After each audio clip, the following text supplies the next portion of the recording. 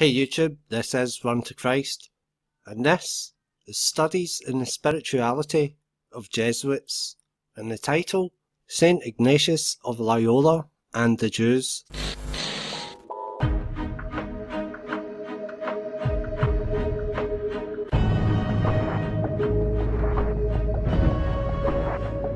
He knows the truth.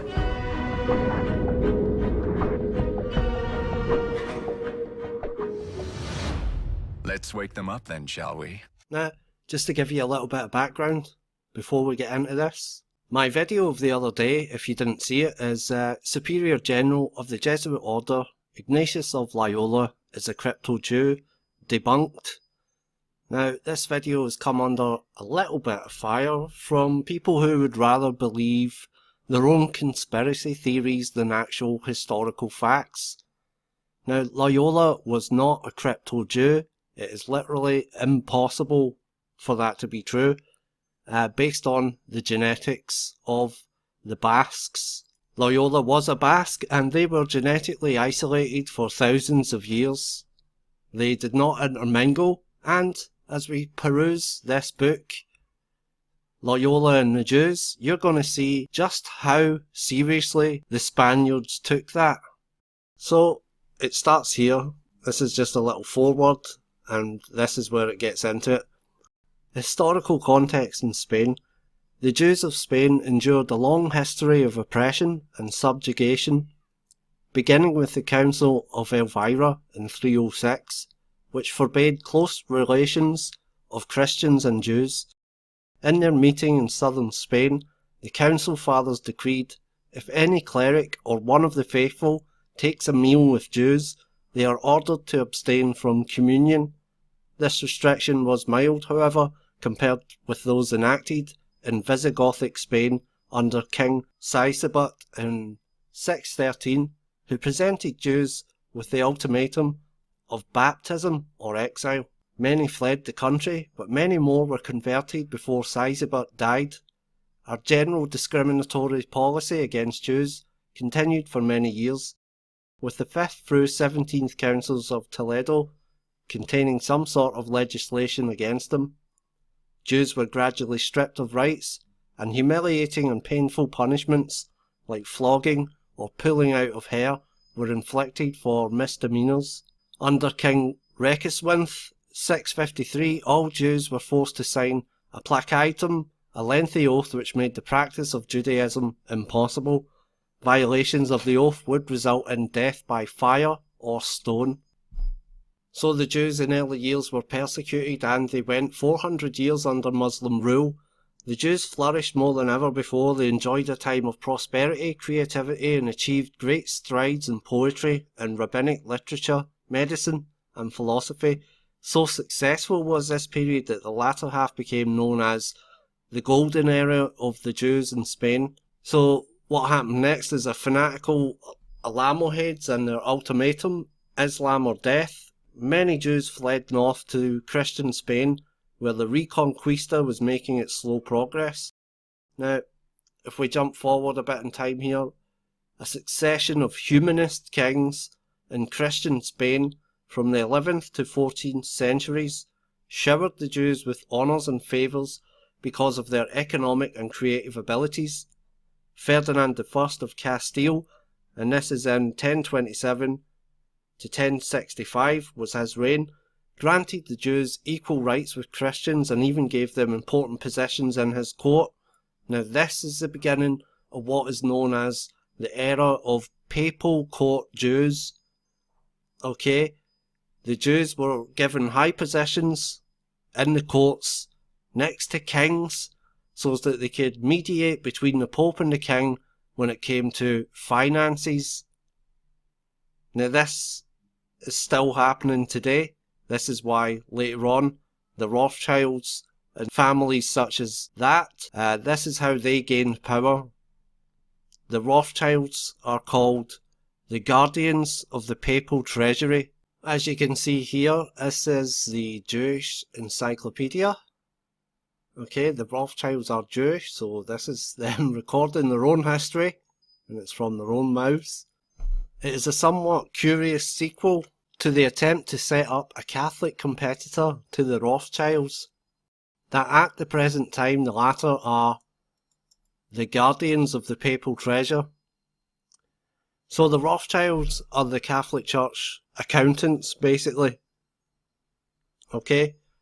The papacy is the one in control, not the Rothschilds.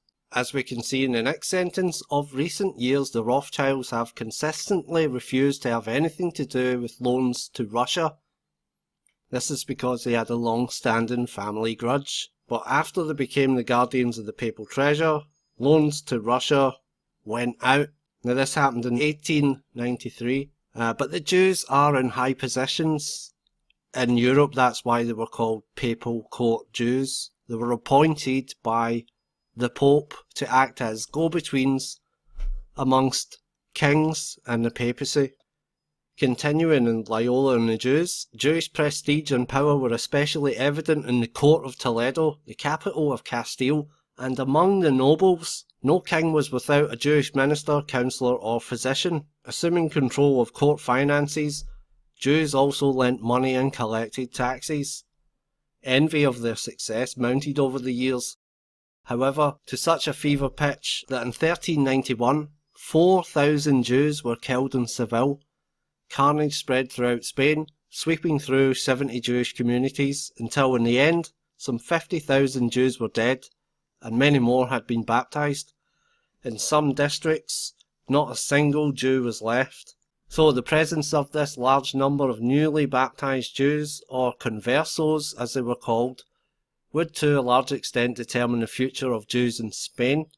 The Church saw the Jews as a threat to the conversos, and the state saw them as a hindrance to the unification of Christendom. Moreover, not all of the conversos had truly become Christians. Many adhered outwardly to Christianity, but in varying degrees continued secretly to practice Judaism.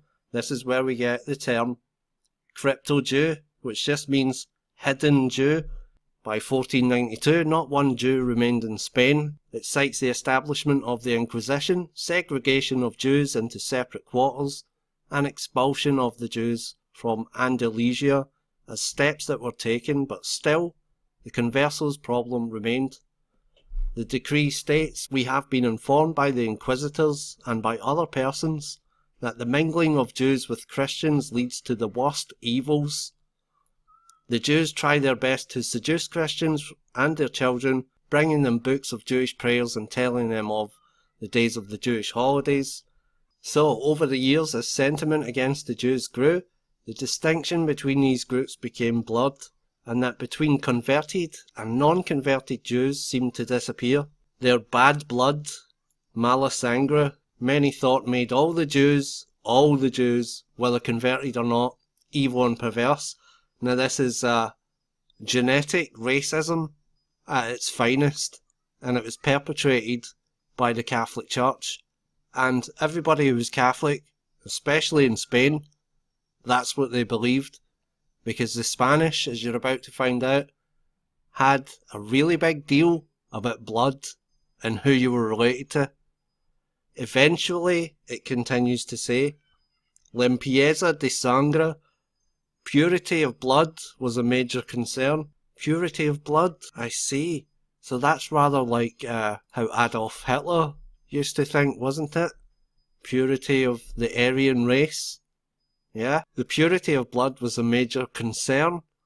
So they didn't want to have relations with the Jews because of their bad blood. The bad blood made them evil and perverse. This is just pure out and out racism. Judaism had not become only a religious problem, but an ethnic one as well. It was in this context that Ignatius of Loyola, the seventh son of an old Basque family, the Onaz of Loyola, hardly 1 year before the edict of expulsion was signed, so he cannot be a Jew. It's just impossible, because the genetic test done in 2015 proves that they've had the same bloodline for thousands of years. So it goes on. He probably met no Jews during his childhood in Spain. The first mention of any kind of connection that he might have had with Jews or Jewish Christians does not occur until he was interrogated by the Inquisition soon after his conversion. Here perhaps is his early attitude towards Jewish Christians revealed. So Ignatius, while at Alcala studying and giving the spiritual exercises, Ignatius was investigated 3 times by the Inquisition. You would think if the Inquisition investigated him 3 times for being possibly a crypto-Jew, that they would have found out. The reason he was investigated 3 times is he and his companions attracted much attention by their youth, their apostolic activity, and the manner of their dress. That got the attention of the Inquisition, and they wondered who they were. So the first 2 incidents were minor compared with the third, which resulted in a jail sentence of 42 days for Ignatius. After Ignatius had been in jail for 17 days, the vicar Figueroa finally questioned him. Polanco in his Vita Ignati Loyolae records the interrogation as follows. When after the time described, the vicar Figueroa came to question him, and among other things asked him if he recommended observance of the Sabbath, that is Saturday, Ignatius replied, "For Saturdays I recommend special devotion to Our Lady, and I know of no other observances for Saturday. Moreover, in my country, there are no Jews." So, how can he be a Jew if there's no Jews in the country, and for the past hundreds of years have been persecuted? There's a Purity of Blood Act signed into law, which, by the way, was only taken out of law in the 20th century. Doubtful of Ignatius' origins, Figueroa had dared to ask in veiled terms if his suspect were not indeed a converso who remained faithful to the Jewish devotions. Although it is difficult to say precisely what Ignatius intended by his response, it would not be entirely unlikely that his answer to Vicar Figueroa indicates that the Basque from Loyola in the province of, I don't even know how to pronounce that, Guipuzcoa? I don't know. Guipúzcoa.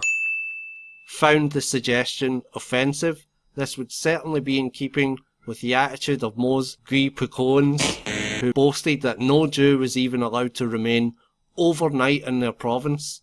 Perhaps Ignatius too shared the sentiments of his fellow Guipuzcoans, who assumed a superior stand to even old Christians from other Spanish provinces. So his whole region and where he's from, they were basically racist towards the Jews. They weren't even allowed to stay there overnight in the province. And some people would like me to believe that Ignatius Loyola was a crypto-Jew, and that somewhere in his Spanish noble racist family, the Onaz of Loyola, somewhere they married a Marrano and had babies. It's just not true. But that brings me to the final point I would like to make, and that is that I realise that Jews are involved in the evils in this world, but that does not mean that all Jews should be painted with the same brush. If those opponents who want me to believe that Loyola was a crypto-Jew, if they had done any research into the subject rather than just believing what they heard in the internet, they would have known how to cast doubt on my entire video, because all these people need is just a mere sniff of a Jew, the mere vapour of a Jew, and it's all conspiracy, and they're in on it, and they're, they probably have a bank account with the Rothschilds and such, and so on.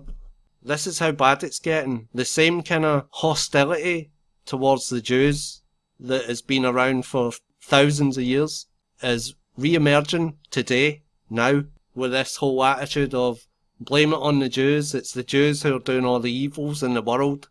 Not until his years of study at the University of Paris did Ignatius' more mature attitude become gradually recognisable. There he met Diego Leones, a young man who had heard so much about Ignatius that after finishing his studies at Alcala in 1532, he went to meet him in Paris. Diego, whose father was a new Christian, came from a well-to-do family. Though his Christian faith descended from 3 generations, Diego, because of his great-grandfather's Jewish origin, was still considered a Jew. So this information about Diego Leones will no doubt get the conspiracy theorists who want to blame everything on the Jews saying, see, the Jesuits were Jews. Yeah, but that's not true. That was only one guy, Diego Leones, right? And if you guys had known this, you would have brought it up already. Diego Leones ended up becoming the second superior general after Ignatius Loyola died. So, what then, are we to think that the Jesuits were Jews because of this? I think not. Because even though Ignatius Loyola was favourable towards the Jews, the Pope eventually enacted a papal bull which Ignatius did not object to. And the papal bull that I'm talking about, so the bull Cum Nimi Absurdum, until 1555, Ignatius had dealt only with Jews who wished to convert. The issue of the bull Cum Nimi Absurdum, with its unparalleled restrictions on the Jews of Rome, provides us with the opportunity to see Ignatius' attitude towards Jews who had no intention of converting. Issued in 1555 by Pope Paul IV, the papal document mirrors what many 16th century theologians had to say about the Jews.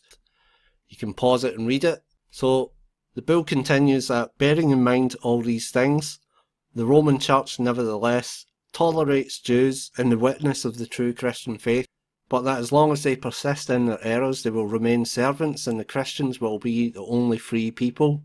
To overcome the evil power the Jews were gaining, the Holy See instituted measures of unprecedented harshness. The first of these was the establishment, for the first time in Rome and other papal cities, of obligatory Jewish quarters. After more than 1500 years of continuous residence in Rome, the Jews were to live in a ghetto with only one gate to enter by. That's right, folks. The Holy Roman Empire was the one that started the Jewish ghettos. It did not come by the Nazis. It was the Holy Roman Empire. Speaking of Nazis though, there was one famous Jew that lived in a German ghetto, a Holy Roman Empire Jewish ghetto, and that was Mayer D. Rothschild. It goes on to say, all synagogues except one in each city were to be destroyed, and all Jews were to wear badges to indicate their Jewishness. And Ignatius Loyola went along with this. For the first time, papal policy was aimed primarily at converting Jews to Christianity, whereas in the past there was only a vague expectation that the Jews would eventually be converted. So it goes on to say the Jews are tolerated to the end that they may be converted.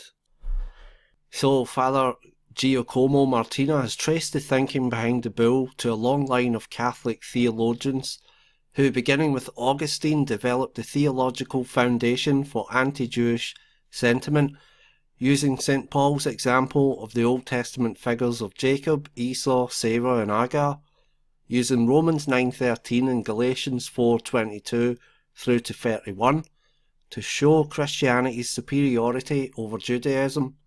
Augustine added a more temporal interpretation to Paul's doctrine. The Jews, like Esau, have lost their birthright and must now serve their younger brother Jacob.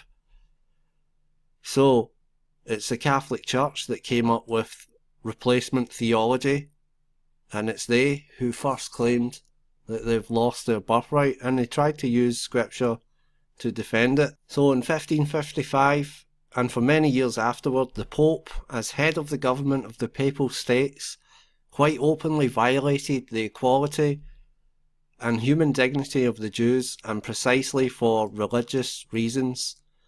When the bull was published, Ignatius sent copies of it far and wide with instructions to pass them around to other Jesuit houses after they had been read. In this way he not only helped promulgate the bull, but he seems to have agreed with it. In a letter to the rectors of Jesuit colleges, he comments that the bull Contra los Judeos, against the Jews, is very necessary in those lands where they are permitted to live, which also suggests that he thought the Jews were somehow foreigners in a country they had occupied longer than the Christians. which seems to be a common theme amongst modern conspiracy theorists, that Jews are somehow foreigners in a country they had occupied longer than Palestinians, for example. And we'll get to the history of Israel and Palestine in a future video, but what's apparent here is that agreement with this unjust bull, Ignatius was guilty of the blindness of his time. You see, when it comes to the end of the day, the Jesuits served the Pope. And it goes on to say it should come as no surprise that Ignatius did indeed approve of the bull. A hopeless victim of the blindness of his peers, while he seemed to have agreed with the bull and the establishment of the ghetto, so he was in favour of the ghettos, showing a religious anti-Judaism, he in no way shared what he called the temperament of his fellow Spaniards, a phobia and dislike for all Jews, converted or not. If we distinguish between race and religion, we find that although Ignatius shared the strong feelings against the Jewish religion and all who practiced it, he clearly transcended his age in his open-mindedness towards the Jews as a race of people. So there was some Jesuits that were Jews, but they were not crypto-Jews. It was well known that these people were new Christians. They did not practice Judaism, because if they did, they would have been treated like how Rome treated Jews who refused to convert. They would have been killed or expelled from the land. And Loyola was in favour of that, to protect the one true faith. What happened next? Does this give ammo to fire at the Jewish New World Order? Well, it would certainly seem that way. But let's not get ahead of ourselves, because there's still a lot of history that follows the appointment of a Jew, or at least by ancestry, Diego Lainez, to the Superior General. What happened after that, however, should be taken note of, and here we go. The press for restrictive legislation did not stop at the death of the first general, that's Loyola. Even in the time of Lainez, the second Superior General of the Jesuits, who was himself of Jewish blood, there were renewed attempts to restrict admission of new Christians to the society. The third general, Francis Borgia, also endured and resisted the same harangue as Ignatius from advocates in Spain of the purity of blood. But it was not until the time of the fifth general, Claudio Acquaviva, that those who sought to exclude anyone from Jewish lineage finally won out. In 1592, Acquaviva wrote to the provincials of Spain, that's the Jesuits, ordering them not to receive new Christians into the society. The final blow to the Ignatian attitude of openness came in 1593 at the Fifth General Congregation, that's where they decide the Superior General. With the passage of its Decree 52, no one of Jewish or Muslim backgrounds could ever enter the society. Further, not even the general could dispense from this impediment. The characteristic outlook of the Spanish elite had finally won out. The matter was again raised in the Sixth General Congregation in 1608, and the decree was mitigated to exclude only those whose Christianity could not be traced to 5 generations. This impediment was commonly called the impediment of origin. These rules stood unchanged until the General Congregation in 1928, a time which we can now see the first effective beginnings of the desire for adaptation to modern circumstances, which produced the Vatican Council II, and with it has become so strong. In a similar fashion, the impediment of origin remained unchanged from 1593 until well into our 20th century. It was 1946 to be exact, as we see here. The General Congregation, convened in 1946, as soon as possible after the close of World War II, abrogated the impediment of origin. So you can see that from 1593 to 1946, no Jew or Muslim was allowed in the Jesuits. There was only a few of them originally, and they were not crypto-Jews. It was well known that they were Jews, they were not hidden. So this, I feel, goes a long way to debunking any notion that Zionist Jews created the Jesuits, the Jesuits wanted to convert Jews and kill anyone that didn't. I really hope that you've enjoyed this video. If you did, please hit the like button and share it with your friends. Subscribe if you haven't already. This has been Run to Christ. God bless you all.